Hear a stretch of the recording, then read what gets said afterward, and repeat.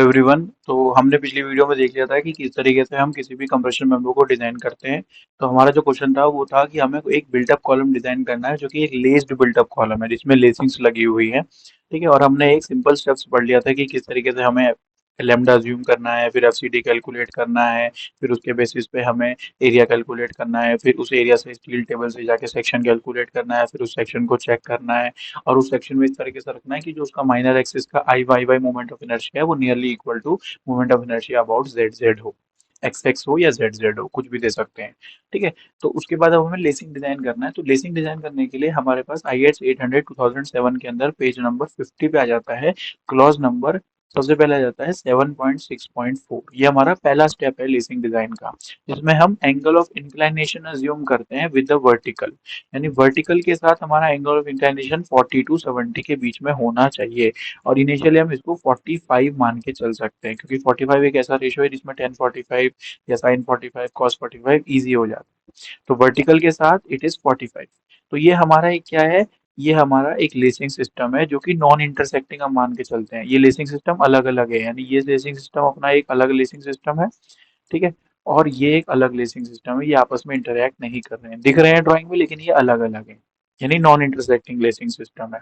ठीक है, ये अब हमें क्या क्या कैलकुलेट करना है, हम इसमें मान लेते हैं कि ये जो डिस्टेंस है लेसिंग का ये आपका A1 हो जाता है। ये एंगल हमें पता लग गया है, तो टोटल हमें जो ये कैलकुलेट करने को मिलता है वो ये कैलकुलेट करने को मिलता है कि G that is gauge length, that is ये आपका गॉज लेंथ हो जाता है, ये आपका गॉज लेंथ हो जाता है, और ये जो डिस्टेंस है ये आपका स्पेसिंग हो जाता है। और ये स्पेसिंग हम पिछले मेंबर में कैलकुलेट कर चुके हैं विच इज 220 mm। ठीक है, 220 mm हम कैलकुलेट कर चुके हैं। तो हमारा ये आ जाता है 220 प्लस गॉज, गॉज हमारा हम 2.5 into nominal diameter which is 20 mm। तो 50 mm, 50 mm से हम ज़्यादा लेंगे तो हम उसको 60 mm ले लेते हैं। तो 60 + 60 + 220 दैट इज 340। ये आ गया, ये डायरेक्शन कैलकुलेट हो गई कि कहाँ से कहाँ तक लेसिंग लग रही है। फिर अगर हमें ये डिस्टेंस कैलकुलेट करना है तो सिंपल हम अपना ट्रिग्नोमेट्री लगाएंगे। तो A1/2 इज इक्वल टू 340/1045, जिससे A1 कैलकुलेट हो जाएगा।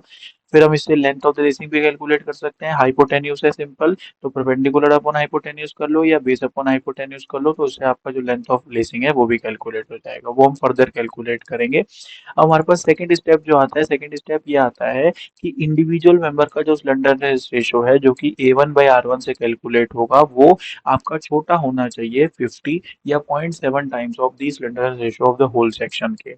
तो अब हमने कैसे कैलकुलेट किया, least r of any channel section, दोनों चैनल सेक्शन है बैक टू बैक कनेक्टेड है, तो दोनों चैनल सेक्शन में जो भी लीस्ट आर होगा वो कितना है 20.8.3। ये हमें टेबल से मिल जाएगा, स्टील टेबल से। फिर हम क्या कैलकुलेट करेंगे, लैम्डा ऑफ कंपोनेंट कैलकुलेट करेंगे। तो ऑब्वियसली इसकी लेंथ क्या हो जाएगी इस सेक्शन की, ये A1 हो जाएगी। तो A1 और K हमारा ऑब्वियसली हिंज्ड है दोनों, तो 1 × 680/R मिनिमम ये आ गया। तो हमारा कितना आ गया 24.028। अब 0.7 इंटू लेमडा होल निकालो, लेमडा होल हम पहले निकाल चुके हैं कितना, 73.206। ठीक है, तो हम यहाँ पुट कर सकते हैं और हमारा आंसर 53.806 और 50। तो इसमें से जो भी छोटा होगा उससे छोटा होना चाहिए, यानी लैम्डा कंपोनेंट 24.028 है, 50 से कम है, तो ये सेफ हो गया। अब आ जाता है हमारा थर्ड स्टेप। थर्ड स्टेप क्या आ जाता है कि अब कितनी फोर्स ट्रांसफर होगी। तो ये कहता है कि लेसिंग्स के अंदर जो फोर्स ट्रांसफर होगी वो 2.5% होगी जो टोटल लोड गिवन है उसका। तो हमें टोटल लोड कितना गिवन है, अगर हम क्वेश्चन में देखें तो हमें क्वेश्चन में पता है कि 1500 किलो न्यूटन का हमें लोड गिवन है। तो 2.5% ऑफ 2.5% ऑफ 1500 कितना हो जाएगा 37.5। अब इसमें दो चीजें हैं, पहला होता है शेयर रेजिस्टेड। शेयर रेजिस्टेड को हम अपना बोल्ट वैल्यू से भी चेक करते हैं, और एक होता है कंप्रेशन फोर्स। तो शेयर रेजिस्ट का फॉर्मूला जो हो जाता है वो आपका सिंपल हो जाता है VT, ये हो गया VT that is this force, VT upon number of shear planes, number of planes basically, into cot theta, into cot theta, cot theta 45 है तो cot 45 1 हो गया। shear VT अपॉन 37.5 है। अब दो, अब लेसिंग सिस्टम ये जो है ये n होता है नंबर ऑफ लेसिंग सिस्टम। तो क्या होता है, एक चैनल सेक्शन एक इधर लगेगी लेसिंग सिस्टम और एक इसके बैक लगेगी, तो दो ही लेसिंग सिस्टम है तो 2 से डिवाइड कर दिया। अगर ये चार होती इधर भी लगती और इधर भी लगती, एंगल सेक्शन में लगती है जैसे, तो चार होती है तो 4 से डिवाइड करते हैं तो नंबर ऑफ लेसिंग सिस्टम 4 हो जाते हैं। अभी कितने लेसिंग सिस्टम है, दो, कोई दिक्कत नहीं है। तो डिवाइड कर लिया और हमारा आ गया 18.75।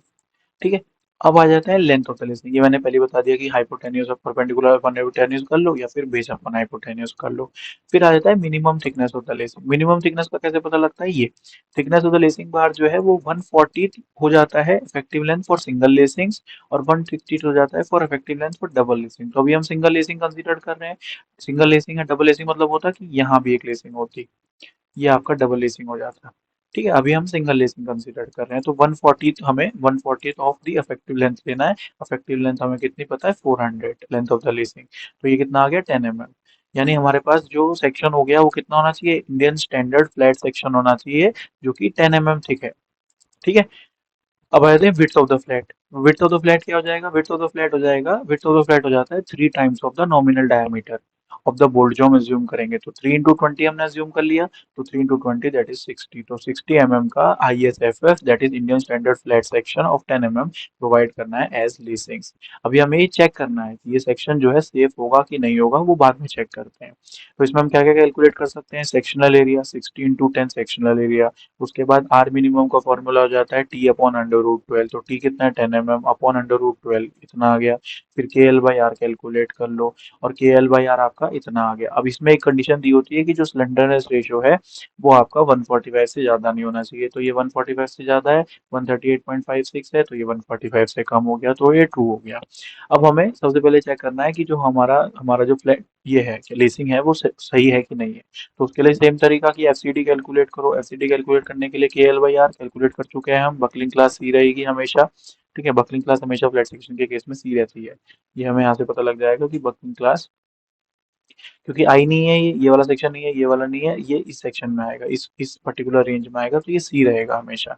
तो आपका एफ वाई हमें 250 दिया है, तो एफ सी डी कैलकुलेट कर लो फ्रॉम टेबल 9C। ऑब्वियसली हमने पहले कैलकुलेट कर चुके हैं, पूरा प्रीवियस वीडियो में आप देख सकते हैं, ये आ गया। उसके बाद पी डी कैलकुलेट कर लो, डिजाइन लोड। तो डिजाइन लोड आपका दिस इंटू सेक्शनल एरिया, तो कितना आ गया? 40.416 kN।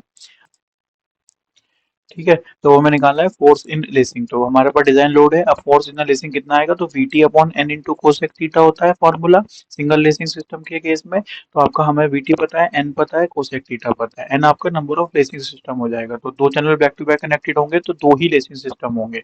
ठीक है, तो हमारा फॉर्मूला आके वैल्यू आ जाएगी 22.035। अब ये आएगा लोड, और ये लोड झेल सकता है, तो ऑब्वियसली सेफ हो गया। Force in lacing is less than PD. अब हमें चेक करना है कि क्या जो आने वाली शेयर है वो बोल्ट झेल पाएंगे। तो हमें बोल्ट के लिए अज्यूम करना है कि लेट 20 mm का हमने बोल्ट मान लिया और 4.6 ग्रेड। तो हमें पता है कि जब हमें 4.6 ग्रेड पता है तो एफ यू बी कितना हो जाएगा? 4 into 100। एफ वाई बी कितना हो जाएगा? 4 into 100 into 0.6। Share capacity of the bolt के लिए हमें एन एस इक्वल टू 1 मान लिया, ए एस बी निकाल लिया। उसके बाद हमने V D S B direct formula put कर दिया। इसकी और डिटेल जानने के लिए हम दूसरी वीडियो देख सकते हैं। ठीक है, तो हमारा कितना आ गया? 58.012, नो प्रॉब्लम। फिर हमें निकालना है बियरिंग कैपेसिटी ऑफ बोल्ट। तो उसके लिए हमें ई दैट इज एज डिस्टेंस और पी पिच पता होना चाहिए। तो ये आपका 1.5 into D H hand driven के लिए होता है, और 1.7 इंटू डी एच आपका मशीन ड्रिवन के लिए होता है। मशीन ड्रिवन के लिए 1.5 होता है, हैंड के लिए 1.7 होता है। तो हमने यहाँ मशीन मान लिया, और डी एच मतलब diameter of the hole which is 20+2। तो 16 से 24 डायमीटर अगर है नॉमिनल डायमीटर, तो उसमें +2 करते हैं डायमीटर ऑफ द होल निकालने के लिए। तो ये 33 आ गया, पी 60 50 mm आ गया। के बी हमें निकालना है, तो के बी इन सब में से सबका लीस्ट होता है, तो सबसे लीस्ट आपका 0.5 आ गया। और डिटेल जानने के लिए वीडियो देख सकते हैं। वीडीबी भी निकल गया। इन दोनों में से जो मिनिमम हो गया तो वो 58.012 मिनिमम हो गया ऑब्वियसली। तो आपका शेयर कितनी आ रही है? टोटल 18.75। इतना इसकी स्ट्रेंथ है, तो कितने हमें नंबर ऑफ बोल्ट चाहिए? That is 0.32। यानी एक बोल्ट से हम काम चला सकते हैं। यानी सिंगल लेसिंग लगाओ, एक बोल्ट से कनेक्ट कर दो। और लेसिंग हमने कितनी मान ली? Indian standard flat section of 10 mm। ठीक है, और एक बोल्ट से उसको कनेक्ट कर दिया जो कि 20 mm का है। ठीक है, अगर बोल्ट कम करेंगे तो बोल्ट्स बढ़ जाएंगे, ऑब्वियसली बोल्ट का डायमीटर कम करेंगे तो। ठीक है, तो फोर्स इन लेसिंग हमने देख लिया, VT upon n into cosec theta होता है अगर सिंगल लेसिंग है, और VT upon 2n into cosec theta होता है अगर डबल लेसिंग सिस्टम है। हमने साइन के रूप में लिख दिया, टू इजी टू रिमेंबर। ठीक है, और शेयर इन लेसिंग कितना हो गया? VT upon n into cot theta और VT upon n into two cot theta. अगर मान लीजिए इंटरसेक्टिंग है, हमारा नॉन इंटरसेक्टिंग था। नॉन इंटरसेक्टिंग मतलब ये दो इंटरसेक्ट नहीं कर रहे हैं आपस में, और इंटरसेक्टिंग मतलब ये एक ही है। Thank you.